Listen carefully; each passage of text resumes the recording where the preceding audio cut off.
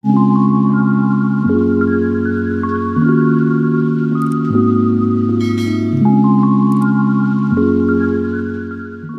206. Harus diusir keluar. Qinlang tertegun mendengar ini. Dia tidak mengerti bahasa apa yang diucapkan oleh pria ini. Entah bahasa dari negara mana. Tertawa canggung, bertanya, "Can you speak English?"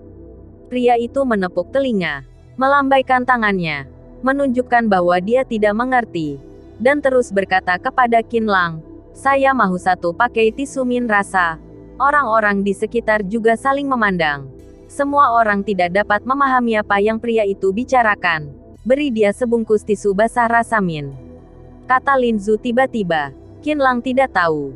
Jadi dia mengeluarkan sebungkus tisu basah rasa min dari lemari barang dan memberikannya kepada pria itu. Pria itu langsung tersenyum dan mengambil tisu basah tersebut. "Berapa banyak?"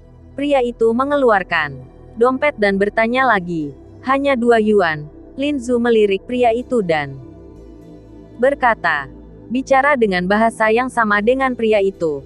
Pria itu mengeluarkan 2 lembar 1 yuan dari dalam dompet dan menyerahkannya pada Qinlang. Lalu masuk ke dalam kerumunan dan pergi.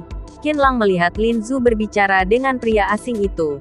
Dan mendengar Lin Zu berbicara terlihat sangat alami. Dia merasa terkejut dan penasaran. Lalu bertanya, "Lin Zu, tidak kelihatan. Ternyata kamu bisa bicara bahasa asing. Bahasa dari negara mana yang dibicarakannya?" "Masih banyak yang tidak kelihatan olehmu. Dia berbicara bahasa Melayu." Lin Zu tersenyum angkuh, sambil membuat kebab. "Mengapa kamu bisa berbahasa Melayu?" Qinlang bertanya heran. "Bisa maka bisa. Apa yang hebat dari itu?" kata Lin Zu dengan santai. Dia menyerahkan sebuah kebab kepada tamu. Lalu melihat ke arah Qinlang dan berkata, "Teman sekelasmu memintamu datang kemari bukan untuk membantuku, kan? Jika kamu tidak juga pergi mungkin dia akan kesal setengah mati.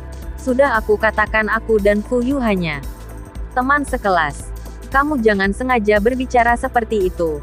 "Oke," kata Qinlang tidak berdaya. Teringat sudah cukup lama di dalam truk. Makanan ini memang sedikit tidak memperdulikan Fu Yu. Qinlang melepas pakaiannya, mengambil 2 botol kok dari dalam lemari barang, dan menaruh uang untuk Lin Zu. "Kamu bekerjalah. Aku pergi dulu." Selesai Qinlang berbicara, berjalan keluar dari truk makanan. Lin Zu memandangi punggung Qinlang sambil mencibir dan berkata, "Masih mengatakan kamu tidak menyukainya. Kamu berani mengatakan kok ini bukan dibeli untuk Fu Yu." Qinlang berbalik ingin menjelaskan. Tetapi ketika dia melihat Lin Zu mencibir dan menatapnya, dia tahu bahwa dia juga tidak bisa menjelaskannya dengan baik, dan berkata, "Terserah apa yang kamu pikirkan," berkata dan keluar dari kerumunan. Qinlang tiba di pintu masuk E2 tempat yang dikatakan Fu Yu, dan melihat 2 baris anak muda mengenakan kostum sukarelawan berdiri di kedua sisi pintu masuk, membimbing penonton untuk memasuki arena. Salah satunya adalah Fu Yu. Qinlang berjalan menghampiri Fu Yu. "Fu Yu, minum sedikit air." Qinlang mengulurkan kok pada Fu Yu dan berkata sambil tersenyum, "Terima kasih. Kamu duduk di sini dulu. Banyak penonton yang memasuki arena sekarang. Aku sangat sibuk." Fu Yu memandang Qinlang dan tersenyum, berkata. Qinlang duduk di sebelah Fu Yu. Dia memperhatikan saat Fu Yu menghadapi orang asing. Dia dapat berkomunikasi dalam bahasa Inggris dengan fasih, dan merasa kagum dari dalam hati. Pada saat ini, sosok wanita cantik datang dari kejauhan dan berdiri di depan Fu Yu dan Qinlang. Dia mengenakan setelan gaun porselen biru dan putih dengan riasan menawan, seperti model yang berjalan di panggung. "Itu adalah Tianxing. Tianxing, mana ranselku?" Qinlang langsung berdiri saat melihat Tianxing sambil menunjuknya dan berkata, "Ransel, aku buang." Tianxing mencibir, "Apa kamu sudah gila?" Qinlang sangat marah ketika dia mendengar ransel miliknya telah hilang. "Heh, pecundang tengik. Apa kamu pantas memarahiku? Aku juga ingin memberitahumu. Bukankah ada buku harian di dalam ransel? Sudah aku bakar halaman demi halaman." Tianxing mencibir, "Itu adalah barang kesayanganku. Kamu malah membakarnya." Wanita jalang memikirkan, buku harian Zhong Yu telah dibakar menjadi abu. Qinlang gemetar. sangat ingin bergegas menghampiri Tianxing dan menamparnya. Beberapa sukarelawan di sebelahnya menghentikannya. Fuyu juga menghentikan Qin Lang dan berkata perlahan, dia adalah pemandu. Sebentar lagi dia akan memandu para atlet masuk ke dalam stadion. Jika kamu memukulnya, akan membuat masalah besar. Qin Lang menahan amarahnya untuk saat ini dan menatap Tianxing dengan dingin. Pecundang busuk, masih ingin memukulku pula. Apa kamu layak? Tianxing melihat Qin Lang telah dihentikan oleh orang lain, dan hatinya merasa sedikit tenang. Dia mengalihkan pandangannya pada Fuyu. Beberapa kali, tersenyum menghina. Fuyu, sepertinya kamu memang benar-benar ingin bersama Qin Lang. Entah apa yang harus aku katakan padamu. Sungguh sangat menjatuhkan martabatmu. Lihat dirimu. Bersekolah di Universitas Jiangnan. Lalu bagaimana sekarang? Bukankah hanya relawan kecil yang hanya berdiri di depan pintu dan memandu penonton untuk memasuki stadion? Berbeda denganku. Aku adalah seorang pemandu. Aku yang memandu para atlet masuk ke dalam stadion. Dan tim yang aku pimpin adalah tim Tiongkok. Ada beberapa detik cuplikan dalam siaran langsung. Kamu mengandalkan hubungan dengan Ma Yang untuk mendapatkan ini. Lalu apa yang harus dipamerkan? Qin Lang mencibir. Bukan urusanmu aku mendapatkannya. Dengan cara apa? Hasilnya adalah martabatku lebih tinggi dari pacarmu. Pacarmu hanya pantas berdiri di depan pintu. Dan aku akan menunjukkan wajahku. Di siaran langsung, Tianxing menatap Qin Lang dan berkata, lalu melihat pakaian yang dikenakannya. Tertawa sambil berkata, apa kamu? Lihat pakaian yang aku kenakan. Ini dirancang oleh seorang desainer Italia. Hanya ada 40 orang di sini yang dapat mengenakannya. Harga pasar lebih dari 20.000 yuan. Lalu kita lihat apa yang pacarmu kenakan. Baju sukarelawan. Cekak, jauh lebih rendah dariku. Fuyu awalnya menatap Tianxing dengan marah. Saat ini mendengar Tianxing menyebut dirinya adalah pacar Qin Lang, hatinya berdesir, pipinya memerah, dan kepalanya tertunduk. Sayang, kenapa belum masuk? Suara seorang pria datang dari jauh. Lalu terlihat seorang pemuda jangkung dan modis berjalan mendekat, sambil melihat ponselnya. Itu adalah Ma Yang, Tuan Muda Ma. Kebetulan sekali kamu datang. Lihat dua pecundang ini ada di sini. Ucap Tianxing sambil merangkul lengan Ma Yang. Bukankah ini orang yang ingin memegang tanganmu waktu berada di Gan Cheng Yuan? Lalu, akhirnya berkelahi dengan Ai Tao. Hehe, Qin Lang kamu juga datang kemari. Ma Yang mencibir. Fuyu, kamu harusnya memiliki standar. Lihat tidak, mencari pacar carilah pria yang seperti Ma Yang ini. Siapa yang menginginkan pecundang seperti Qin Lang? Walaupun diberi uang juga tidak akan ada yang mau. Tianxing berkata dengan sombong. Sayang, waktu sudah hampir tiba. Aku akan menemanimu masuk. Setelah itu Ma Yang menemani Tianxing masuk ke dalam stadion. Kamu duduk di sini dulu. Tidak perlu emosi dengan orang seperti ini. Tidak layak. Fuyu meminta Qin Lang untuk duduk di belakangnya. Dan dia mulai membantu penonton memasuki stadion lagi pukul 7.30 sore. Pekerjaan mengantar tamu masuk ke dalam stadion akhirnya selesai. Kita masuk ke dalam dan duduk sebentar. Bagaimana? Fuyu berkata pada Qin Lang. Suasana hati Qin Lang juga sedikit tenang. Bertanya heran, bukankah kamu bilang kamu tidak punya tiket? Fuyu tersenyum dan berkata, orang seperti kami memiliki ruang khusus untuk istirahat. Di sana ada TV, dan dapat menonton siaran langsung. Ketika Fuyu dan Qin Lang hendak berjalan masuk ke dalam, tiba-tiba mendengar seseorang memanggilnya, Qin Lang. Qin Lang mengenali suara Lin Zhu. Ketika dia melihat ke belakang, Lin Zhu datang dengan gembira. Apa kalian akan masuk ke stadion? Bawa aku masuk juga, Qin Lang bertanya. Seorang bos yang perhitungan seperti dirimu, tidak berdagang lagi. Fuyu tersenyum dan berkata, sekarang penonton sudah masuk ke dalam stadion. Siapa yang membeli dagangan Lin Zhu di luar? Selain itu, bukannya tidak ada orang di dalam truk makanan Lin Zhu? Qin Lang baru teringat, Lin Zhu telah memperkerjakan seseorang. Memang Fuyu lebih pintar. Qin Lang, otakmu sama dengan sebongkah kayu. Lin Zhe, Menyentil dahi Qinlang dan berkata. Qinlang melihat Lin Zu serta Fu Yu berdiri di garis yang sama di depannya saat ini. Seolah tanpa beban. Menertawakan dirinya dengan sangat gembira. Ya, otakku sebongkah kayu. Fu Yu membawa Qinlang dan Lin Zu ke aula istirahat yang disediakan oleh Pantia untuk para staf dan karyawan. Di sini ada 4.500 meter persegi. Ada 7 atau 8 TV LCD di 4 dindingnya. Dan semuanya menyiarkan upacara pembukaan. Ada lebih dari 100 orang di aula. Semua orang mengobrol satu sama lain. Qinlang dan yang lainnya memindahkan kursi dan duduk di depan TV pada pukul 8 tepat. Kembang api yang mempesona melesat ke langit, menandakan acara pembukaan dimulai secara resmi. Pertama-tama ada 2 pertunjukan budaya. Dan kemudian komentator di TV berkata, berikut ini adalah saat bagi para atlet untuk memasuki stadion. Di layar TV, barisan atlet dari berbagai negara mulai dipimpin oleh gadis pemandu. Saudi Arabia, Oman, Thailand, Jepang akhirnya. Delegasi pembawa acara Tiongkok memasuki tempat acara. Tepuk tangan antusias dari para penonton berkumandang. Ada Tianxing yang memegang papan nama Tiongkok memandu di bagian depan. Ada 10 detik rekaman Tianxing di layar kaca yang disiarkan secara langsung saat pembukaan. Dalam upacara pembukaan ini sudah termasuk sangat lama. Tianxing tersenyum manis di depan kamera. Ketika orang-orang di aula melihat ini, mereka semua memuji. Wanita di balik layar itu benar-benar cantik. Setelah para atlet memasuki stadion, prosesi lain dimulai. Semua orang menonton siaran langsung dengan penuh perhatian.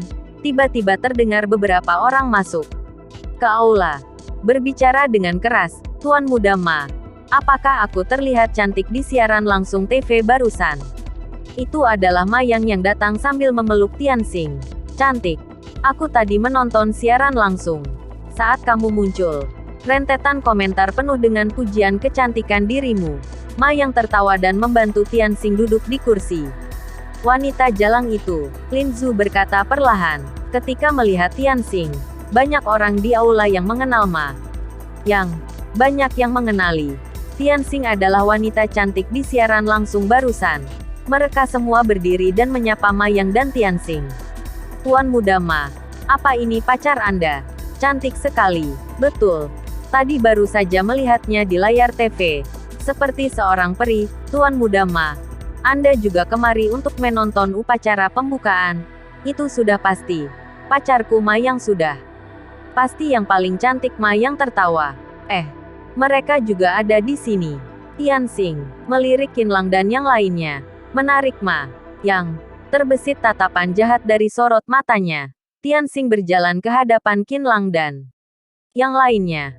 Memandang Fu Yu dan Qinlang lalu berkata, apa kalian tidak melihat aku dan Tuan Muda Ma masuk? Semua orang berdiri dan menyapa kami.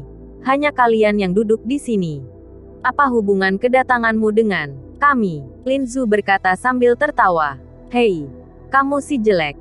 Berani berbicara seperti itu padaku. Tianxing berkata dengan marah. Aku adalah pemandu atlet. Dibandingkan denganku kamu hanyalah sampah. Beraninya berbicara seperti ini padaku. Tianxing berkata dengan lantang. Semua lihatlah ketiga orang ini. 2 dari mereka adalah teman sekelas Maku. Mereka bersekolah di universitas yang bagus dan hebat yaitu Universitas Jiangnan. Sekarang yang satu menjadi pecundang. Dan satu lainnya menjadi pecundang wanita. Mereka datang kemari menjadi seorang sukarelawan hanya untuk mendapatkan uang. Dan si jelek ini. Aula kita di sini dipenuhi dengan pria dan wanita cantik. Orang dengan penampilan seperti ini harus diusir keluar. Bab 207. Dilema upacara pembukaan. Semua orang tidak memperhatikan Qinlang dan mereka bertiga tadi. Namun saat ini, dikatakan seperti ini oleh Tianxing. Baru menyadari bahwa gadis rambut pendek ini memiliki banyak bopeng di wajahnya. Sangat buruk rupa. Mulai dari sana mulai terdengar banyak bisik-bisik. Tetapi kebanyakan dari mereka adalah pelajar dari perguruan tinggi. Masih memiliki kesopanan. Tidak mungkin mengusirnya hanya karena jelek. Tuan Muda Ma, cepat usir ketiga orang ini. Mereka tidak menghormati kita, kata Tianxing. sambil memegangi lengan Mayang. Semua dengarkan aku. Ketiga orang ini bukan orang baik. Pria ini menyentuh tangan pacarku di restoran 2 hari yang lalu. Langsung terpergok olehku saat itu juga. Wanita ini, kalian juga sudah mendengarnya dari pacarku. Bersekolah di Universitas Jiangnan malah memilih bersama bocah tengik ini. Ini menunjukkan dia sama sekali tidak memiliki potensi dalam hidupnya. Mereka bertiga sangat rendah dan memalukan. Berada di ruangan yang sama dengan orang seperti ini membuatku merasa sangat amat direndahkan, kata Mayang lantang. Saat yang lain mendengar kata-kata Mayang, beberapa orang merasa tergerak. Sial. Melihat pakaian bocah ini, aku awalnya berpikir dia adalah murid teladan yang belajar sambil bekerja. Ternyata diam-diam berani memegang tangan gadis cantik ini. Gadis ini juga sangat cantik. Mengapa bergaul dengan sampah semacam ini? Menginjak-injak diri sendiri. Satu jenis berkumpul bersama. Ucapan ini benar adanya. Qinlang mengerutkan kening dan berkata, kalian jangan percaya ucapan mereka. Aku memiliki sedikit konflik dengan mereka. Mereka sengaja mencari-cari kesalahanku. Kentut, kamu masih berani bilang kamu tidak memegang tanganku hari itu, kata Tianxing. Aku memegang tanganmu karena Qinlang mencoba menjelaskan dengan baik. Namun, Mayang langsung menyela kata-katanya. Semua orang mendengarnya. Bocah tengik ini mengakuinya. Dan sekarang aku mengusulkan untuk mengusir ketiga orang ini. Bagaimana? Tapi kita tidak punya hak untuk mengusir mereka, kata seorang pria. Hei, kalian dengarkan aku. Tidak apa-apa mengusir mereka. Siapa mereka ini? Mereka adalah orang-orang terendah dalam masyarakat. Kalian sudah lupa. Keluargaku adalah sponsor Asia Ngames. Aku tinggal bicara dengan Direktur Zhang. Penanggup jawab kalian tidak akan ada yang terjadi. Dan aku berjanji bahwa siapapun yang mengambil langkah pertama akan aku hadiahi 10.000 yuan. Dan siapapun yang mendorong mereka bertiga keluar, aku akan menghadiahi 10.000 yuan lagi. Mayang tertawa. Benarkah? Seorang pria gendut berambut keriting berdiri dengan penuh semangat, berpikir bahwa orang pertama bisa mendapatkan 10.000 yuan, dan dengan penuh semangat berteriak, aku maju. Yang lain menyadari bahwa pria gendut itu ingin mengambil hadiah 10.000 yuan, dan segera berteriak, aku maju. Aku juga maju. Aku maju, berkata. Belasan anak muda bergegas menghampiri Qinlang dan yang lainnya. Apa yang kalian lakukan? Pergi. Lin Zu berteriak penuh amarah. Fuyu ketakutan. Dia memegang erat tangan Qinlang. Dengan tatapan penuh ketakutan bergumam sendiri. Qinlang, apa yang harus dilakukan? Qinlang segera berdiri di depan kedua gadis itu. Mengangkat sebuah bangku. Dan mengayunkan. Dengan keras mengarah ke kerumunan orang-orang yang berdesakan. Menghalangi mereka sejauh 2 meter. Qinlang melihat situasi saat ini. Mereka tidak bisa tinggal di sini lagi. Jika belasan anak muda ini semakin mendekat, siapa tahu mereka malah mengambil kesempatan melecehkan dua gadis ini. Berkata dengan keras, kalian minggir. Kami keluar sendiri. Qinlang, tidak sok hebat lagi. Sekarang malah ingin keluar sendiri. Kamu benar-benar seekor anjing. Tianxing tersenyum sombong dan mengangkat ponsel. Ponsel tersebut menunjukkan siaran langsung yang ditayangkan tadi. Berkata pada Fuyu dengan bangga, Fuyu, lihat tidak, malam ini seluruh Asia, bukan, seluruh dunia melihatku malam ini. Dan meskipun kamu bersekolah di universitas bergengsi seperti Universitas Jiangnan, tapi kamu hanyalah sukarelawan kecil. Sampai kamu mati pun, kamu tidak akan dapat melampaui prestasiku hari ini. Kamu akan malu sampai mati. Mayang juga mencibir. Pecundang tengik. Sekarang kamu ingin keluar sendiri. Aku tidak akan membiarkannya.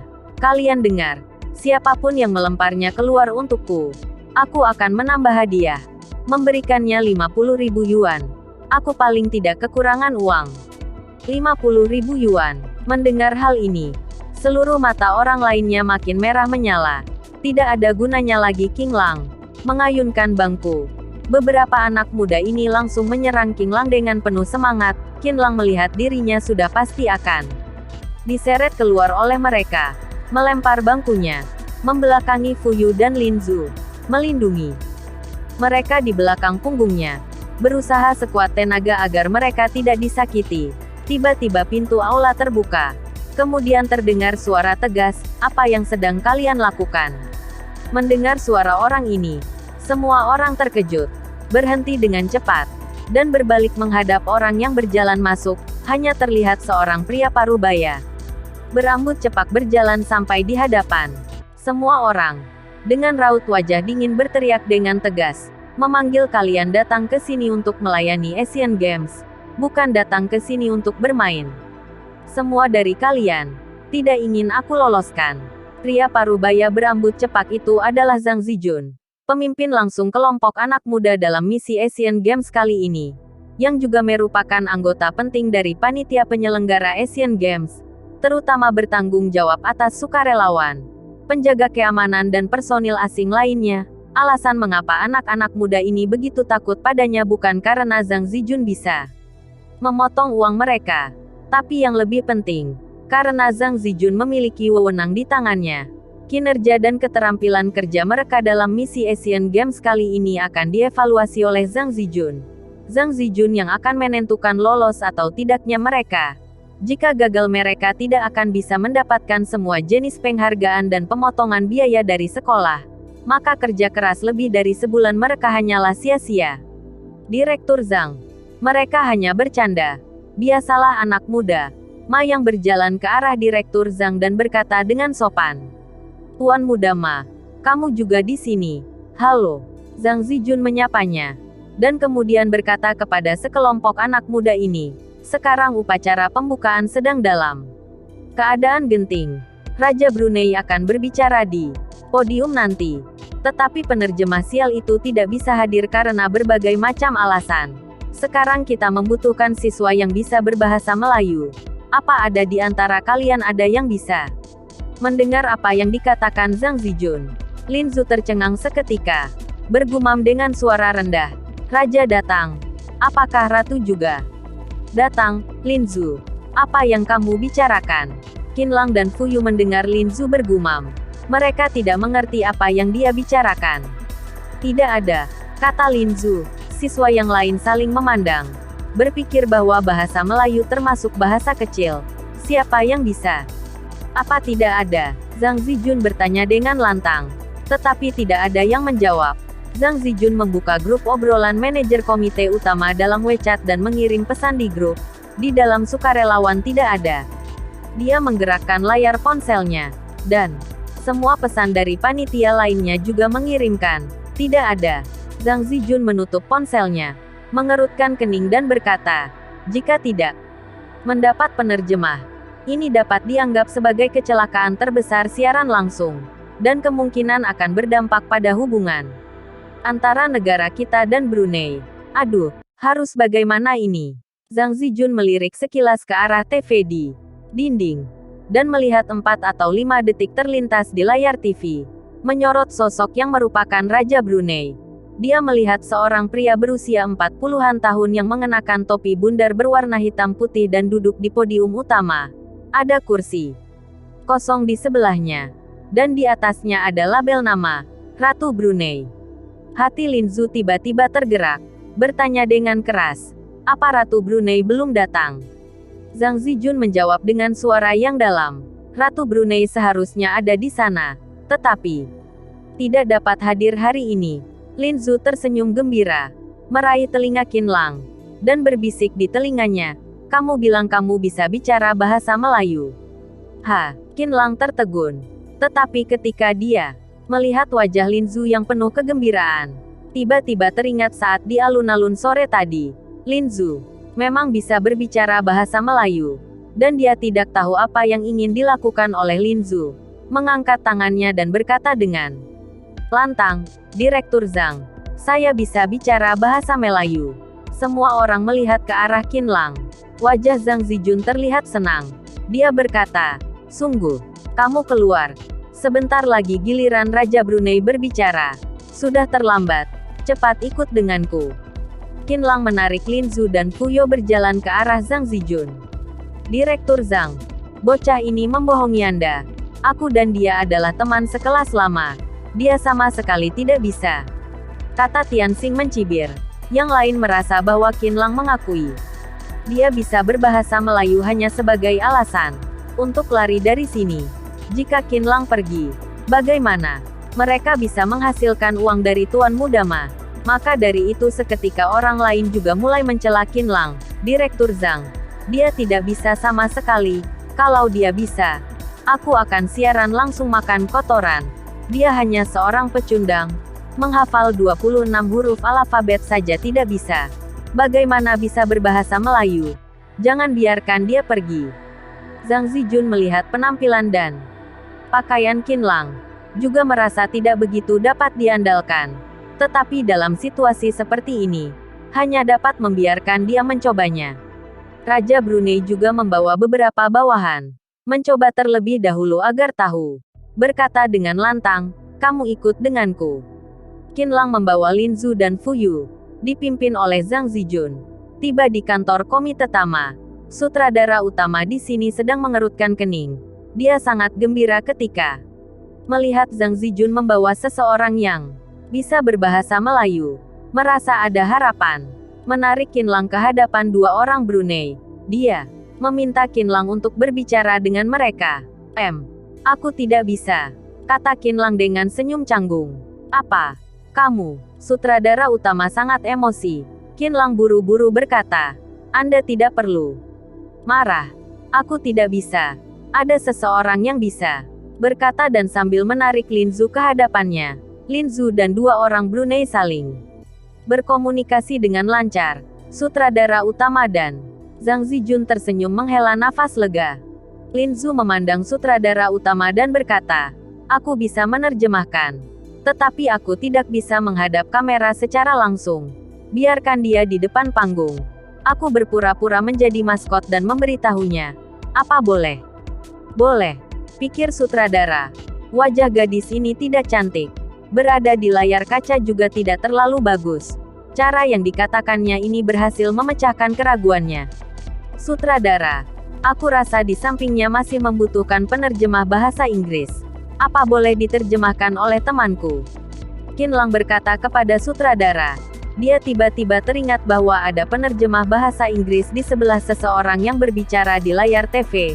Teringat akan ejekan Tianxing kepada Fuyu sebelumnya. Qinlang juga memikirkan cara, dan ingin agar Tianxing melihat siapa yang sebenarnya memiliki posisi lebih tinggi. Baiklah. Sutradara setuju. Dia langsung meminta Qinlang dan Fuyu untuk merias wajah.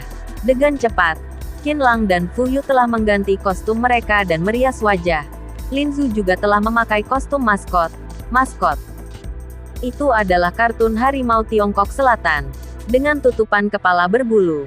Siapapun tidak dapat mengenalinya. Segera sampai di saat Raja Brunei berbicara. Sutradara mengutus seseorang untuk membawa Qinlang duduk di samping Raja Brunei. Saat Qinlang dibawa menuju posisi tersebut, merasa sangat terkejut. Di atas podium ini semua adalah orang-orang terhormat, termasuk Ketua Olimpiade Asia, Utusan Khusus Jepang, Sekretaris Provinsi Zhejiang, Direktur Federasi Hong Kong, Macau, dan Taiwan, Timothy Sun Ting Fok, seorang selebriti di dunia bisnis. Meskipun Brunei adalah negara kecil, tapi beliau menempati posisi tertinggi dalam suatu negara. Jadi beliau berada di posisi tengah, dan di sebelahnya ada seseorang yang sangat terkemuka dan ternama, yakni pemimpin negara Huaxia. Qinlang berdiri di samping dua pemimpin. Sangat bersemangat, diam-diam melihat penampilan agung dari para pemimpin, seperti melayang, seperti mimpi, dan tidak percaya itu benar terjadi. Mendengar pejabat tinggi yang menjadi pembawa acara berkata di atas podium, selanjutnya, dengan hormat kita mengundang Raja Brunei, Tuan Haji Hasanal Bolkiah, untuk memberikan pidato. Ucapan baru terlontar. Terdengar tepuk tangan meriah berkumandang di seluruh stadion. Bab 208. Jabat tangan paling berharga. Jabat tangan paling berharga Raja Brunei berdiri. Qinlang dan Fuyu sedikit tercengang. disenggol sedikit oleh Lin Zhu yang menjadi maskot. Kedua orang ini baru tersadar. Raja Brunei mulai berbicara melalui mikrofon. Memang tidak salah seorang pemimpin suatu negara. Ketika dia berbicara, memiliki aura seorang kaisar. Halo semua. Saya sangat senang datang ke Tiongkok. Dia berbicara dalam bahasa Melayu. Tetapi, tidak ada yang memahaminya. Qin Lang mendengar Lin Zhu yang berpakaian maskot di sampingnya. Dengan volume suara kecil, halo semuanya. Saya sangat senang bisa datang ke Tiongkok. Qin Lang merasa lega. Dan langsung mengucapkannya di mikrofon. Halo semuanya. Saya sangat senang bisa datang ke Tiongkok. Berdiri di sampingnya, Fu Yu mendengar bahasa Mandarin Qin Lang dan segera berkata ke mikrofon dalam bahasa Inggris. Hello everyone. I'm very happy to come to Tiongkok. Tepuk tangan dan sorak-sorai meriah dari penonton berkumandang. Perasaan gugup Qin Lang dan Fu Yu untuk sementara sedikit terobati. Dan sekarang mereka fokus mendengarkan dengan seksama kata-kata Raja Brunei. Dengan bantuan Lin Zhu di sampingnya, Qin Lang berbicara dalam bahasa Mandarin dan Fu Yu melanjutkan dalam bahasa Inggris. Dan keduanya bekerja sama dengan sangat baik di ruang tunggu saat ini. Ketika Qin Lang dan Fu Yu muncul di siaran langsung, semua orang terkejut. Mereka tidak percaya bahwa mereka benar-benar berani naik. Terutama Tianxing. Dia bingung setengah mati. Tatapannya kosong. Menatap TV seperti sebuah patung. Sebelum Qin Lang berbicara, Tianxing merasa terkejut. Dia masih tidak percaya sama sekali. Qin Lang bisa berbahasa Melayu. Dia mengira setelah Raja Brunei selesai berbicara, Qin Lang tidak bisa menerjemahkannya. Ini akan sangat memalukan di depan seluruh negara, seluruh Asia, dan seluruh dunia, dan menyebabkan kecelakaan siaran langsung terbesar. Kemungkinan juga akan berdampak pada hubungan antara kedua negara. Ini adalah sebuah kesalahan besar. Pasti akan dimasukkan ke dalam penjara. Dia mencibir di dalam hatinya, bersenandung. Qin Lang, kamu benar-benar orang bodoh terbodoh di dunia. Dan juga Fu Yu. Dia bersedia menemani Qin Lang untuk mempermalukan dirinya sendiri. Dan sekarang dia menjerumuskan dirinya sendiri juga. Karena kamu ingin bersama Qin Lang si pecundang ini, maka kalian nikmati percintaan kalian di dalam penjara. Tetapi ketika Qin Lang benar-benar menerjemahkan bahasa Raja Brunei, semua orang semakin terkejut. Seisi aula menjadi heboh. Wow! Brengsek keparat. Apa yang terjadi? Dan tidak mungkin. Hati Tianxing tiba-tiba menciut. Seluruh tubuhnya mati rasa seketika. Apa Qin Lang si keparat ini benar-benar bisa berbicara bahasa Melayu? Bagaimana mungkin? Kapan dia mempelajarinya? Bahkan jika memang dia mempelajarinya, aku hanya tidak pernah bertemu dengannya selama 2 tahun. Apa dalam 2 tahun bisa belajar menjadi sehebat ini? Dalam siaran langsung, kamera telah diarahkan ke Raja Brunei. Qin Lang dan Fu Yu juga berada di kedua sisi layar. Orang-orang di aula berhenti terkejut dan malah memperhatikan bahwa Qin Lang dan Fu Yu, karena kedua orang ini sedang menerjemahkan ucapan dari pemimpin negara, barusan tadi berada di antara mereka. Namun dalam sekejap mereka telah menjadi pusat perhatian banyak orang. Kedua orang ini hebat sekali. Ternyata bahasa asingnya sangat bagus. Kamera selalu menyorot mereka. Selain para pemimpin dan para artis penampil, merekalah yang memiliki waktu terlama. Mungkin ini dapat dilihat oleh orang-orang dari seluruh negeri dan dunia, mungkin akan menjadi populer dalam sekejap saja. Mereka sungguh membuat iri. Tadi kita malah mengusir mereka. Siapa sangka mereka yang menjadi bintang di upacara pembukaan ini jauh lebih baik dibanding kita semua. Asteris ekspresi Tianxing muram. Mereka juga melibatkan dirinya, mengatakan bahwa mereka tidak lebih baik dari Fu Yu dan Qin Lang. Dalam hatinya, Qin Lang dan Fu Yu hanyalah dua pecundang, selalu berada di bawah injakan kakinya. Entah betapa sakit hatinya saat ini.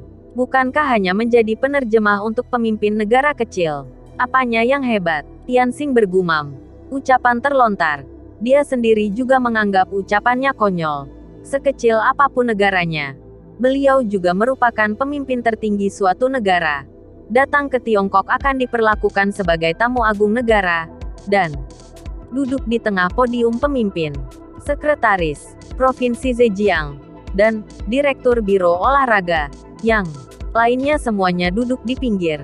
Kurang hebat apalagi bisa menjadi penerjemah untuk sosok yang sangat amat terhormat seperti ini.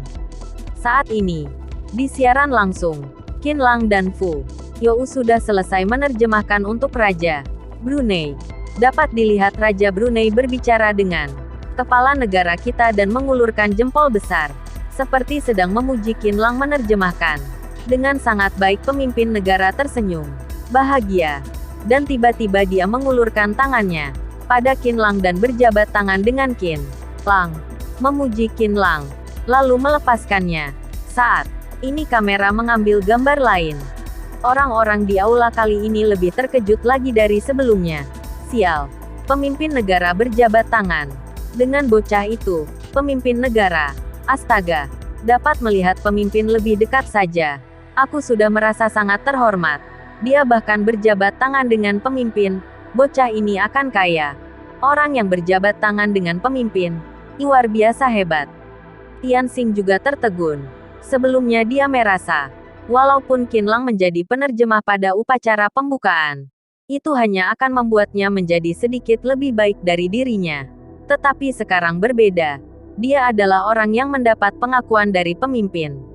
Sekarang, entah seberapa jauh kalahnya Tianxing jika dibandingkan dengannya Qin Lang, Fu You serta Lin Duahu dibawa turun dari stadion oleh staf dan langsung pergi ke kantor sutradara utama. Sutradara utama dan lebih dari 20 anggota staf semuanya berdiri di kantor melihat dengan senyum merekah di wajah mereka dan bertepuk tangan dengan antusias. Sutradara utama berjalan menghampiri Qin Lang dan berjabat tangan dengan Qin Lang. Terima kasih. Tanpa kalian, siaran langsung ini akan menjadi sebuah bencana. Pemimpin juga mengakui pekerjaan kalian. Ini adalah suatu kehormatan tertinggi. Sutradara, Anda terlalu sungkan. Qin Lang memandang Lin Zhu. Dia yang paling berjasa hari ini. Betul, sutradara. Saya adalah penerjemah sesungguhnya. Anda seharusnya berterima kasih kepada saya. Lin Zhu mendorong Qin Lang menjauh, berdiri di depan sutradara, berkata sambil tersenyum, "Begini, aku tidak membutuhkan Anda berterima kasih dengan saya dengan cara apapun. Saya memiliki truk makanan di luar. Kalian sering berkunjung saja sudah cukup. Pasti, pasti." Sutradara berulang kali berjanji, lalu berkata kepada bawahannya, "Setelah upacara pembukaan, kalian semua pergi ke truk makanan Nona Lin untuk berbelanja." "Baik," kata yang lainnya serempak. Lin Zhu menyeringai. "Bagus kalau begini." Sutradara juga ingin Qin Lang dan yang lainnya tetap tinggal, mengatakan bahwa setelah upacara pembukaan selesai akan mengundang mereka untuk makan malam bersama. Tetapi Qin Lang menolak dengan sopan, dan berpamitan dengan sutradara dan yang lainnya. Qin Lang. Mereka pun berjalan keluar dari kantor. "Oh tidak, tasku tertinggal di aula istirahat." Qin Lang dan yang lainnya berjalan keluar dari stadion sekarang. Tiba-tiba Fu You berkata, "Pergilah. Aku akan menemanimu mengambilnya," kata Qin Lang, berkata. Qin Lang dan yang lainnya berjalan sampai di depan aula istirahat. Qin Lang meminta Fu You dan Lin Zhu berdiri di depan pintu. "Kalian jangan masuk. Jangan biarkan sekelompok orang di dalam mengelilingi. Aku masuk sendiri. Jika mereka mengelilingiku lagi, aku pasti akan memukul 1-2 orang pertama." Sambil berkata, Qin Lang mendorong pintu aula dan masuk. Orang-orang di aula semua memandangi Qin Lang. Satu persatu berdiri, memandang Qin Lang, dan mengingat kejadian sebelumnya di mana mereka mengusir Qin Lang keluar dari dalam aula. Merasa ketakutan, kenapa dia kembali. Mereka memarahinya sebelumnya, dan ingin mengusirnya keluar. Apa dia datang untuk membalas dendam? Qin Lang saat ini bukanlah Qin Lang 1 jam yang lalu. Dia adalah orang yang telah dipuji oleh pemimpin negara. Identitasnya berbeda dalam sekejap, berani mengusir Qin Lang. Bukankah ini berarti melawan pemimpin? Kalian masih ingin mengusirku? Qin Lang memandang orang-orang di aula menatapnya, mengerutkan kening dan berkata, Aku hanya datang untuk mengambil tas temanku lalu keluar. Jika kalian masih ingin menggunakan kekerasan lakukanlah. Dia datang ke sini untuk mengambil tas, bukan untuk membalas dendam. Semua orang menghela nafas lega. Dan yang paling dekat dengan Qin Lang dengan cepat berkata, "Tidak, Qin Lang. Anda sudah salah paham. Sebelumnya kami salah. Silahkan masuk." "Ya, tas Anda yang mana? Saya bantu Anda mengambilkannya. Cepat masuk. Saya pikir Anda membawa seseorang ke sini." Qin Lang tertegun. Apa yang terjadi? Baru 1 jam lebih tidak bertemu. Mengapa sikap sekelompok orang ini berubah begitu drastis? Fu Yu dan Lin Zu mengkhawatirkan Qin Lang. Mereka mendorong pintu terbuka melihat mereka. Ketika mereka melihat sikap sekelompok orang ini telah berubah 180, mereka juga merasa terkejut. Lin Zu memutar matanya dan berkata sambil tersenyum, "Sekelompok orang-orang ini pasti melihat Qin Lang berjabat tangan dengan pemimpin negara, baru merasa begitu takut pada Qin Lang. Fu Yu, kita tidak perlu takut lagi. Sekarang, meminjamkan orang-orang ini keberanian. Sekalipun mereka tidak akan berani menyentuh kita." Mengatakan itu In Zu menarik Fu Yu, membuka pintu dan berjalan masuk, menghampiri Qin Lang. "Kalian," kata Qin Lang. Lin Zu berbisik, "Tidak apa-apa." Senyum lagi, memandang yang lain dan mencibir. "Bukankah kalian masih ingin mengusir kami sebelumnya? Mengapa tidak bergerak sekarang? Ayo usir kami, dapatkan uangnya." Orang yang lain takut Qin Lang akan meminta pertanggungjawaban mereka. Identitas seorang Qin Lang sekarang mudah saja mengadukan mereka ke komite utama. Sekarang mereka hanya bisa menyenangkan hati Qin Lang untuk menenangkan amarah mereka. "Tidak berani.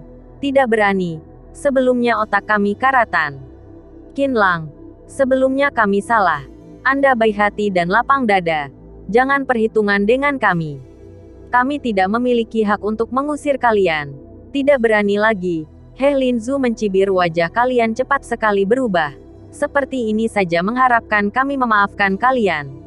Lin Zu berkata kepada Qin Lang, "Qin Lang, bukankah ketika kamu berjabat tangan dengan pemimpin barusan, pemimpin berkata kepadamu, jika mengalami kesulitan, boleh beritahu aku kapan saja?" Qin Lang tertegun. Dia ingat bahwa pemimpin mengatakan kepadanya, bekerja dengan sangat baik. Mana ada mengucapkan perkataan Lin Zu ini. Tetapi setelah melihat Lin Zu mengedipkan mata padanya, Qin Lang mengangguk. Lin Zu memandang semua orang dan tersenyum santai. "Kalian sudah dengar bukan? Ini adalah kata-kata emas pemimpin." Jika Qin Lang dengan santai berkata kepada seorang pejabat, "Sebelumnya ketika saya berada di aula peristirahatan, sekelompok orang ingin mengusir saya keluar. Dan mereka bahkan menghina dan mempermalukan saya. Menurutmu konsekuensi apa yang akan kalian dapat?" Kata-kata Lin Zu mengejutkan hati semua orang. Ini adalah janji yang diberikan oleh pemimpin. Tidak peduli pejabat manapun, tetap harus menghormati Qin Lang.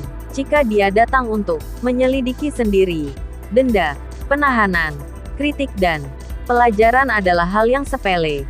Jika kasus ini dituliskan dalam hukuman terkait dengan pemimpin dalam arsipnya, tidak hanya masa depan Anda sendiri yang hancur, tetapi juga dapat memengaruhi masa depan seluruh keluarga. Perlu diketahui, melakukan kesalahan semacam ini terhadap pemimpin adalah kesalahan yang tidak dapat dihapus oleh seluruh keluarga, juga akan dikucilkan. Tidak boleh masuk ke dalam organisasi. Tidak peduli seberapa keras upaya yang dilakukan, seluruh keluarga akan berada di tingkat paling rendah. Tidak akan dapat mengubahnya. "Berlututlah padaku." Tiba-tiba, Lin Zu berteriak dengan marah. Semua orang cemas. Tidak tahu betapa mereka menyesali tindakan yang mereka sebelumnya lakukan. Dan bagaimana mereka bisa memperbaiki kesalahan mereka. Mereka bingung. Mendengar kemarahan Lin Zu, jantungnya tiba-tiba tertegun dan gemetar. Kedua kaki, entah karena bingung atau ketakutan, menjadi selembut tahu. Dan kebanyakan dari mereka berlutut di atas lantai. Dalam sekejap, ketika orang-orang yang lain melihat bahwa semua orang telah berlutut, mereka juga segera ikut berlutut. Tetapi masih ada 2 orang yang tidak berlutut. Tianxing dan Ma Yang. Mereka duduk di kursi, memandang orang-orang di aula. Wajah Mereka panik. Tidak tahu harus bagaimana baiknya. Bab 209. Saatnya meresmikan hubungan. Oh, masih ada beberapa dari kalian yang mau mengakui kesalahan. Lin Zu melirik Ma Yang dan Tianxing. Tersenyum berkata, sepertinya mereka berdualah yang menjadi biang masalah ini. Karena mereka tidak ingin mengakui kesalahan. Kurasa kita tidak perlu di sini lagi. Seperti apa konsekuensi kalian? Kami sudah tidak peduli lagi. Qin Lang, ayo kita pergi. Mengatakan hal itu, Lin Zu menarik Qin Lang dan Fu Yu bersiap untuk keluar. Tepat di belakang mereka, terdengar teriakan banyak orang. Qin Lang, jangan pergi, dua wanita cantik. Jangan pergi, beri kami kesempatan. Lin Zu tersenyum sombong pada Qin Lang 9 dan Fu Yu. Dan berbalik, dengan sengaja. Menunjukkan ekspresi pahit di wajahnya. Tapi, mereka tidak berlutut. Bagaimana kami bisa melihat ketulusan kalian? 2.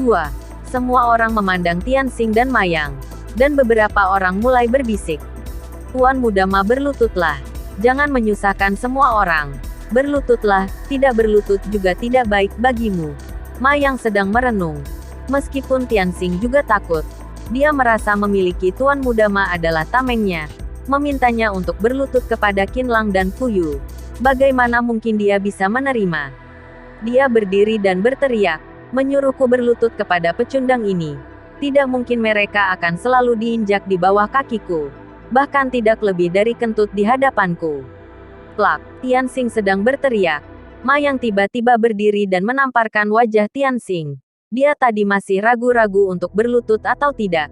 Sekali mendengar kata-kata Tianxing yang mungkin akan membuat Qin Lang kesal. Jika Qin Lang meminta salah seorang pejabat di provinsi untuk mencari celah dengan perusahaannya, dia telah memiliki janji dengan pemimpin negara. Jika benar terjadi, perusahaannya pasti akan rugi besar. Jadi dia tidak perlu berpikir terlalu banyak. Menamparkan wajah Tianxing dan menyuruhnya diam. Tuan muda Ma, Tianxing memegang wajahnya dan menatap Ma Yang penuh rasa tidak percaya. Ma Yang tidak berbicara. Dia menghela nafas berat, menekuk lutut dan berlutut di atas lantai. Ma Yang menundukkan kepalanya.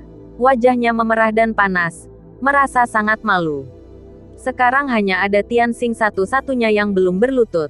Sebelumnya yang lainnya karena segan terhadap Tuan muda Ma, tidak berani mengatakannya. Namun saat ini Tuan muda Ma pun sudah berlutut. Mereka juga tidak peduli pada Tianxing lagi. Mereka semua mulai memaki. Tianxing, berlututlah, berlututlah. Wanita jalang, ingin membuat kita semua menderita. Seorang anak laki-laki yang berlutut di samping Tianxing diam-diam mendorong lutut Tianxing. Tianxing tidak bisa mengendalikan keseimbangannya. Membuatnya jatuh tersungkur dan berlutut di lantai. Ya, lumayan, lumayan. Lin Zu tersenyum penuh kemenangan. Qin Lang dan Fu Yu saling memandang dan tersenyum. Keduanya berpikir bahwa Lin Zu memang sangat pandai menyiksa. Ayo kita ke depan. Lin Zu, Qin Lang, beserta Fu Yu berjalan ke depan dengan sombongnya duduk di atas kursi. Lin Zu berkata kepada Qin Lang, baiklah, aku sudah mengaturnya untukmu. Sebelumnya mereka mempermalukan dan memaki aku dan Fu Yu. Sekarang kamu yang ambil keputusan untuk kita berdua. Bagaimana membereskan anjing-anjing ini? Qin Lang melirik Fu Yu. Hanya melihat dia, sama sekali tidak merasa benci dan kesal. Jelas, sudah cukup memberi hukuman untuk sekelompok orang ini. Qin Lang tersenyum tipis melihat Lin Duahu dan berkata dengan suara rendah, hal terpenting bagi seseorang adalah martabat. Kamu menyuruh mereka semua berlutut kepada kami. Bagi mereka, ini jauh lebih menyakitkan daripada memukul mereka. Aku rasa kita lepaskan saja mereka. Lin Zu awalnya tertarik untuk mendengar ide bagus apa yang dipikirkan Qin Lang. Ketika dia mendengar dia ingin melepaskan sekelompok orang ini begitu saja. Dia memelototi Qin Lang dan memarahinya. Kamu pantas dipukul. Setelah berbicara, berbalik dengan kesal dan mengabaikan Qin Lang memandang Tianxing, berjalan menghampirinya, menatapnya dengan serius, berkata, Tianxing, kamu membakar buku harian kesayanganku. Tadi orang lain juga diprovokasi oleh kamu dan Ma yang barulah menyerang kami dengan makian. Ingin mengusir kami keluar. Memang teman sekelas semacam kami ini sangat baik. Begitu selesai berbicara, tiba-tiba bunyi nyaring terdengar berturut-turut. Tianxing bergoyang dari satu sisi ke sisi lain, hampir saja pingsan. Ditampar kiri dan kanan oleh Qinlang sebanyak 4 kali. Tianxing memegang wajahnya yang terasa sangat sakit, menatap Qinlang dengan dingin, tetapi takut untuk berbicara. Dia takut jika dia memaki Qinlang lagi, tamparan Ma Yang atau orang lain akan lebih dulu mendarat di wajahnya. Qinlang berkata, "Aku mewakili Fuyu memberikanmu 2 tamparan. Jangan menghinanya lagi kelak. Jaga wajahmu dengan baik dulu." Qinlang berjalan lagi menghampiri Tuan Muda Ma. Tuan Muda Ma gemetar di dalam hatinya, menundukkan kepala, hanya berharap Qinlang akan berjalan melewatinya dengan cepat. Dia sedang berfantasi. Ada bayangan gelap melintas di depannya. Dan hati Tuan Muda Ma tiba-tiba menyusut. Tiba-tiba hidungnya terasa masam. Dia telah menerima pukulan dari Qinlang, dan kemudian jatuh tersungkur ke bawah lantai. Tuan Muda Ma dalam keadaan linglung selama beberapa detik. Ketika tersadar, ada darah merah segar mengalir dari hidungnya. Qinlang telah kembali berdiri di samping Lin Zu. Lin Zu bertepuk tangan dan tertawa. Kedua orang ini dipukul dengan bagus. Pecundang kecil. Kerja yang bagus. Qinlang tersenyum dan berkata, "Tidak menarik lagi di sini. Ayo pergi." Qinlang mengambil tas Fuyu dan berjalan keluar bersama Lin Zu dan Fuyu. Orang-orang yang berlutut di aula segera memberi jalan kepada Qinlang dan membiarkan mereka keluar. Lin Zu kembali ke truk makanan. Qinlang dan Fuyu mengucapkan selamat tinggal padanya. Mereka berdua memanggil taksi dan kembali ke sekolah. Qinlang mengantar Fuyu ke asrama putri. Mengenai masalah yang terjadi pada upacara pembukaan, Fuyu sangat berterima kasih kepada Qinlang dan berkata, "Terima kasih banyak. Malam ini, kalau tidak, aku tidak tahu apa yang akan terjadi." Qinlang tersenyum dan berkata, "Jika ingin berterima kasih, ucapkanlah pada Lin Zu. Apalagi, kamu dan aku telah menjadi teman sekelas selama bertahun-tahun. Masih mengucapkan terima kasih kepadaku. Apa kamu benar-benar menganggapku sebagai orang lain?" Pipi Fuyu sedikit memerah, menundukkan kepalanya, berkata dengan lembut, "Aku tidak menganggapmu sebagai orang lain." Selesai berbicara, pipinya menjadi lebih merah lagi, dan dia buru-buru mengucapkan selamat tinggal, lalu berlari ke asrama. Qinlang tertegun, menggelengkan kepala, dan kembali ke asramanya. Saat ini, Yuming berada di villa miliknya sendiri, berbaring di atas tempat tidur, melihat buku harian Zhongyu. Beberapa hari ini menerapkan isi catatan di dalam buku harian tersebut, berperan layaknya seorang pecundang dan menerapkan apa yang ada di dalam buku, membuat hubungannya dengan Longling menjadi makin lebih dekat, berdasarkan pemahaman Yuming mengenai wanita selama bertahun-tahun. Dia yakin bahwa dia telah mencapai titik di mana dia sudah seharusnya meresmikan hubungannya dengan Longling. Yuming melihat buku harian itu. Plot berikutnya yang akan dia perankan adalah bahwa Zhongyu diganggu oleh Zheng Yan dan 3 orang lainnya di dalam air saat Zhongyu berada di kampus, lalu menarik organisasi Naga Biru kala itu. Yuming melihat, setelah kejadian ini, Zhongyu dan Qinlang meresmikan hubungan mereka sebagai sepasang kekasih. Lah merasa bahwa juga sudah seharusnya meresmikan hubungan dengan Longling. Menutup buku harian itu, Yuming menunjukkan cibiran dan bergumam, "Nona Longling, aku akan menyatakan cinta padamu besok. Kamu jangan sampai menolakku." Keesokan harinya Longling tiba di gerbang sekolah lebih awal, dan Yuming berkata akan membawanya bermain ke Danau Barat. Longling sangat bahagia. Akhir-akhir ini Yuming telah berdandan seperti pecundang untuk merasakan kehidupan masyarakat kalangan rendah. Dia dan Yuming telah mengalami banyak hal bersama-sama. Contohnya, ketika Longling ditindas di sebuah restoran, Yuming langsung menggunakan botol wine untuk melawan orang itu, dan akhirnya menyuruh orang itu berlutut di lantai, menjilat tanah hingga bersih. Dia menyumbangkan 130.000 yuan ke Palang Merah. Orang lain tidak percaya. Akhirnya, Yuming menyumbangkan 1 juta yuan lagi ke Palang Merah di tempat, membuat semua orang terkejut. Bagaimana mungkin Longling berpikir bahwa ini semua dilakukan oleh Yuming sesuai dengan catatan di dalam buku harian dan meminta orang untuk bekerja sama di dalam sandiwaranya. Intinya Longling merasa bersama dengan Yuming. Udara pun terasa manis. Longling, aku di sini. Yuming, berpakaian layaknya pecundang, kembali muncul di hadapan Longling. Dahinya dipenuhi keringat. Kamu mengatakan kamu adalah tuan muda dari keluarga pertama Linan. Sengaja menjalani kehidupan masyarakat bawah. Apa kamu tidak merasa lelah? Longling memandang Yuming yang berkeringat deras. Merasa tersentuh dan kasihan. Mengeluarkan tisu dan menyeka keringat Yuming. Melalui pertemuan yang sering mereka lakukan selama 10 hari terakhir, Longling tidak lagi terlalu berhati-hati seperti sebelumnya. Lelah. Tapi ada kamu yang menyeka keringatku. Selelah apapun juga pantas. Yuming memandang Longling dan tersenyum. Longling tersipu. Mengulurkan tangannya untuk menyeka keringat Yuming. Hatinya terasa manis. Lalu merasa sangat tersentuh.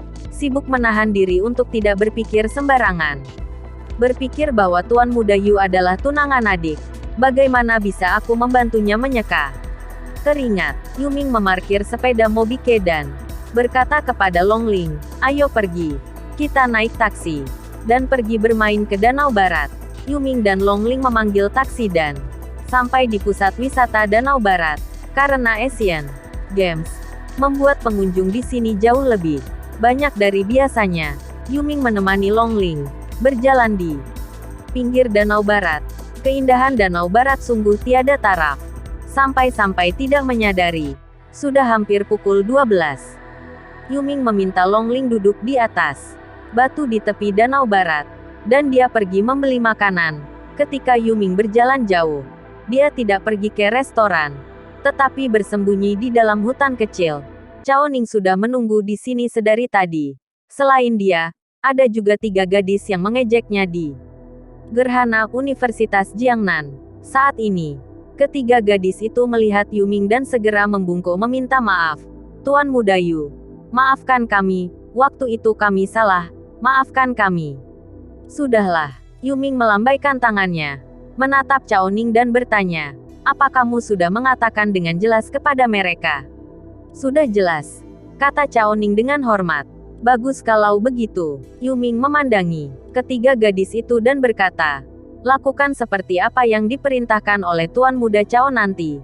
Jangan pedulikan identitas diriku dan Nona Long. Mengerti? Baik, baik. Ketiga gadis itu menjawab, dengan rasa takut. Sudah. Kalian pergilah dulu. Setelah Yuming selesai berbicara, ketiga gadis itu berjalan menghampiri Longling yang berada di tepi danau. Longling sedang menatap danau yang nampak seperti cermin. Tiba-tiba mendengar seorang gadis berteriak di belakangnya, Longling. Longling menoleh ke belakang dan melihat ketika Yuming datang ke sekolah untuk mencarinya. 3 gadis yang mengejek Yuming di Gerhana sering sekali mencari masalah, tetapi mereka tidak berhasil. Sebaliknya, malah mereka memendam kebencian makin dalam terhadap Tuan Muda Yu, dan yang datang menghampiri dirinya adalah ketiga gadis itu. Apa yang kalian lakukan? Kata Longling cemas. Aku melihatmu bersama pecundang itu. Dasar tidak tahu malu, kata gadis gemuk yang berperan sebagai Zheng Yan itu selanjutnya. Sama seperti saat di Universitas Jinling. Ketiga gadis itu mencari alasan, dan mendorong Longling ke dalam air. Tentu saja, kali ini tidak menekan Longling ke dalam air. Ketiga gadis itu hanya berdiri di tepi pantai dan mencibirnya. Longling, Yuming meraung. Bergegas menghampiri Longling, melompat ke dalam air. Menyelamatkan Longling, lalu menendang ketiga gadis ini. Semuanya sama dengan yang terjadi di Universitas Jinling. Setelah beberapa saat, beberapa mobil berhenti di pinggir jalan, dan seorang pria dengan penampilan seperti bos mafia keluar dari mobil, dengan diikuti banyak anak buah di belakangnya. Bos ingin memberi pelajaran pada Longling, tetapi Yuming menghadang berdiri di depan Longling. Belasan anak buah mulai memukuli Yuming. Yuming mendekap Longling, melindunginya supaya tidak terluka barang sedikit pun. Jangan, Longling berteriak keras. Dia ingin melindungi Yuming, tapi dia dipeluk erat oleh Yuming. membuatnya tidak bisa bergerak sama sekali. Jangan khawatir, aku tidak akan membiarkanmu terluka sedikit pun, kata Yuming dengan lembut di telinga Longling. Darah dari mulutnya menetes di wajah Longling. Longling menangis. Dia beri teriak sekuat tenaga, jangan pukul dia, jangan pukul dia. Ketika Longling merasa hampir putus asa, beberapa helikopter turun dari langit, dan 8 orang 9 melompat ke bawah. Dalam beberapa menit, mereka berhasil membereskan orang-orang yang mengepung Yuming. Tuan muda, bagaimana dengan keadaan Anda? Seseorang yang datang untuk menyelamatkan bergegas menghampiri Yuming dan bertanya. Longling, baguslah kalau kamu baik-baik saja, kata Yuming. Lehernya miring dan pingsan. Tuan muda Yu. Tuan muda Yul. Longling memeluk kepala Yuming dan berteriak dengan keras. Air mata lagi-lagi mengalir deras dari matanya. Bab 210. Pembatalan pernikahan. Helikopter langsung membawa Tuan muda Yu dan Longling ke rumah sakit pertama. Zhejiang, Tuan muda Yu langsung diantarkan ke ruang gawat darurat. Longling menunggu di luar ruang gawat darurat. Merasa sangat khawatir dan cemas. Terharu dan juga takut. Dia sangat berharap yang berada di ruang gawat darurat sekarang adalah dirinya sendiri dan bukanlah Tuan muda Yu. Pukul 5 sore Tuan muda Yu baru dipindahkan ke kamar pasien biasa. Tetapi dia dalam keadaan tidak sadarkan diri. Longling selalu duduk di samping Tuan muda Yu, memegang tangannya dan menatapnya dengan penuh rasa cemas. Pukul 8 malam, Longling melihat kelopak mata Yuming sedikit bergerak dan perlahan membuka matanya. Longling sangat gembira dan berseru, Tuan muda Yu, kamu sudah sadar. Dokter, cepat kemari. Tuan muda Yu sudah sadar. Tidak perlu memanggil dokter lagi. Aku baik. Baik saja. Yuming tersenyum dan berkata dengan lembut, Longling, apa kamu baik-baik saja? Aku baik-baik saja, jawab Longling. Yu Ming sudah seperti ini. Dia masih saja mempedulikan keselamatannya. Longling tidak bisa menahan haru. Matanya memancarkan lingkaran cahaya. Tuan muda Yu, kamu tidak perlu melindungiku seperti itu tadi. Jika tidak seperti itu, kamu tidak akan terluka parah seperti ini sekarang. Now, jika kamu terluka, itu akan lebih menyakitkan hatiku. Lebih baik seperti sekarang. Aku sangat senang. Yuming menggelengkan kepalanya, berkata sambil tersenyum. Melihat mata Yuming memancarkan cahaya, Longling merasakan cinta di dalam kata-katanya. Berhubungan dengan Yuming akhir-akhir ini, Longling tahu bahwa Yuming menaruh perhatian khusus padanya selain teman-temannya. Tetapi bagaimanapun juga dia adalah tunangan dari adiknya sendiri. Walaupun dia bisa merasakannya, juga hanya bisa berpura-pura tidak tahu, dan sengaja mengabaikan perasaan ini. Tuan muda Yu, istirahatlah dengan baik. Aku tidak berani memberitahu Longyan sebelumnya. Sekarang kamu telah sadar. Aku akan meneleponnya kemari untuk menjagamu. Longling menghela nafas pelan, berkata sambil berdiri untuk pergi. Longling, Yuming mengulurkan tangannya, dan meraih tangan kecil Longling. Hati Longling tergerak. Yuming menatap Longling dengan erat dan berkata, apa kamu tidak bisa melihat perasaanku padamu? Kalimat ini membuat tubuh Longling sedikit gemetar. Dia menatap Yuming dengan tatapan kosong. Hatinya seketika terasa kacau. Apa menurutmu aku pergi mencarimu setiap hari ke Universitas Jiangnan untuk benar-benar merasakan kehidupan kalangan rendah? Apa kamu ingat kita pernah makan nasi seafood bersama di tepi danau? Karena kamu makan bersamaku, membuatku merasa nasi seafood adalah makanan terenak di seluruh dunia. Setelah itu, aku menemani pelangganku makan makanan khas barat kelas tinggi. Sedikit pun tidak terasa enak. Masih nasi seafood yang lebih enak. Di mataku kamu sama seperti nasi seafood. Setelah melihatmu, lalu melihat wanita yang lainnya, aku tidak suka. Longling, apa sekarang kamu mengerti perasaanku? Longling membalikkan badan. 2 tetes air mata menetes dari wajahnya ke lantai. Longling menyeka air matanya, menghela nafas, berkata perlahan, tentu saja aku mengerti. Tapi kamu dan adikku sudah memiliki kontrak pernikahan. Bagaimana aku bisa? Yuming tampak sangat gembira dan berkata, Kamu sedang mengkhawatirkan hal ini. Kalau begitu aku akan membatalkan kontrak pernikahan dengan adikmu. Longling tercengang. Berpikir dalam benaknya. Dan bergumam, bagaimana bisa? Jika Longyan tahu kontrak pernikahan dibatalkan karena diriku, dia pasti akan sangat membenciku sampai mati. Yuming berkata, tidak, kamu salah. Hubunganku dan Longyan tidak begitu dalam. Malah mungkin dia akan berterima kasih padamu. Karena aku selalu merasa, dia sama sekali tidak menyukaiku. Longling tertegun. Memandang Yuming teringat Longyan sebelumnya pernah berkata padanya, menikah dengan Yuming bukanlah kemauannya. Namun demi bisnis keluarga Long, melakukannya demi mendapat dukungan dari keluarga Yu. Longling, apa kamu bersedia? Yuming bertanya. Aku. Longling merasa galau. Juga ingin menyetujuinya. Tapi juga merasa tidak seharusnya. Aku harus menikahimu. Jika kamu tidak setuju kali ini, aku akan tetap mengejarmu sampai kamu bersedia untuk bersamaku. Tapi mungkin aku akan terluka seperti hari ini lagi. Longling apa? Kamu ingin melihatku selalu terluka? Kata Yuming. Kamu sudah tahu aku tidak ingin. Masih saja bertanya padaku. Kata Longling. Yuming tersenyum dan berkata, karena kamu sangat peduli padaku, maka kamu pergi denganku untuk menjelaskan kepada Longyan dan ayahmu. Aku tidak akan pergi. Kamu pergi sendiri. Kata Longling dengan malu. Yuming meraih tangan Longling dan memintanya untuk duduk di sebelahnya.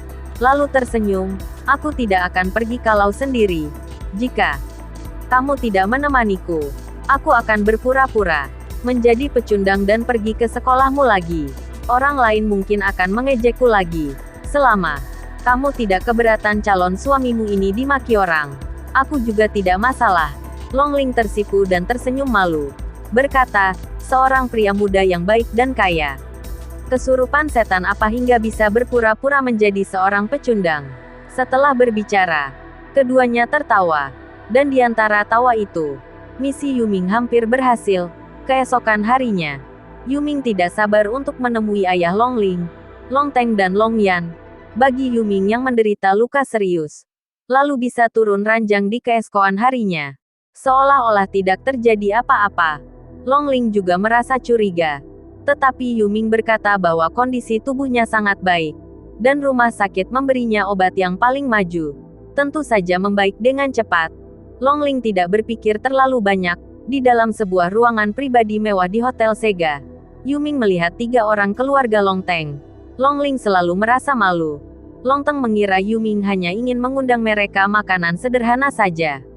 Paman Long, hari ini aku mengundang Anda, Longyan dan Longling kemari untuk mengatakan sesuatu, kata Yuming dengan sungguh-sungguh. Longteng dan Longyan saling memandang dan melihat bahwa Yuming begitu serius, dan mereka sangat gugup. Mungkinkah itu terkait dengan kontrak pernikahan Longyan? Namun pipi Longling memerah, menundukkan kepala, dan terus menarik ujung bajunya. Tuan Muda Yu, jika ada yang ingin disampaikan, katakan saja langsung. Longteng merasa tidak nyaman namun masih tersenyum. Kalau begitu aku akan mengatakannya terus terang. Tuan Muda Yu terdiam sejenak, berkata, aku ingin membatalkan kontrak pernikahanku dengan Longyan. Apa? Longteng tercengang.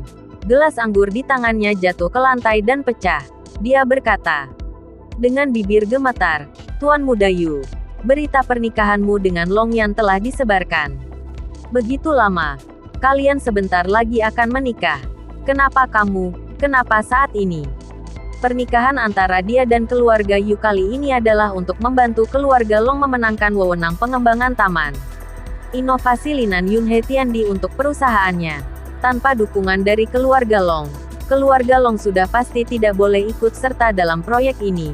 Dan juga, berita bahwa Yuming dan Longyan akan menikah pada tanggal 15 September telah tersebar di kalangan atas kota Linan. Dan pembatalan pernikahan Yuming ini benar-benar membuat keluarga Long menjadi bahan tertawaan. Ketika Longyan mendengar bahwa Tuan Muda Yu akan membatalkan pernikahannya, merasa terkejut pada awalnya, lalu merasa sangat bahagia. Karena dia sama sekali tidak menyukai Tuan Muda Yu. Dia menyetujui kontrak pernikahan semata-mata hanya demi urusan keluarga. Aku tahu ini sangat tiba-tiba. Tapi Paman, tolong Anda mengerti aku. Karena telah bertemu dengan seorang gadis yang lebih memikat hatiku dibanding Longyan, kata Yulming. Dia, gadis dari keluarga mana dia? Tangan Long Teng sedikit gemetar. Berkata, Yuming menatap Longling dan berkata, dengan lembut, dia adalah putri sulungmu, Nona. Longling, Long Teng dan Longyan bahkan lebih terkejut dari sebelumnya. Mereka berdua memandang Longling dengan heran lalu menatap Yuming. Mereka tidak mengerti apa yang terjadi, namun hati Long Teng sudah kembali tenang. Selama Tuan Muda Yu masih menikah dengan keluarganya, perbedaan di antara putri mereka tidak terlalu besar. Yuming tersenyum. Paman Longling dan aku benar-benar saling mencintai. Aku ingin melamar Longling. Apa Anda setuju? Kamu harus mendengar maksud hati Longling sendiri. Long Teng memandang Longling dan bertanya, Longling, ayah menuruti perkataanmu. Apa kamu menyetujui Tuan Muda Yu?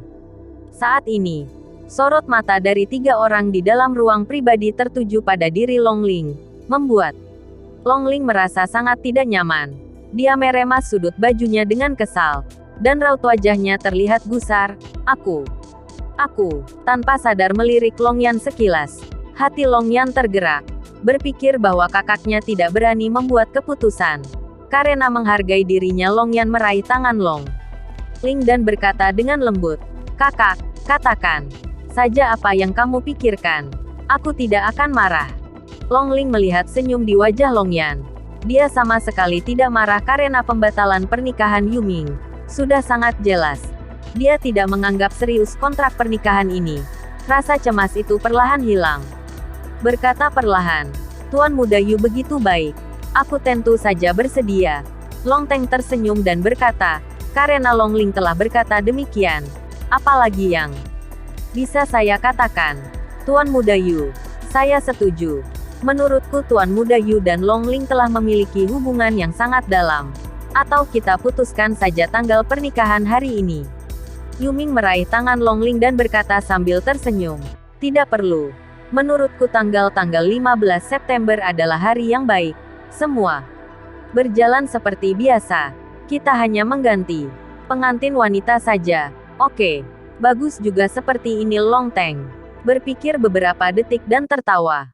Kakak, Tuan Muda Yu adalah pria yang baik.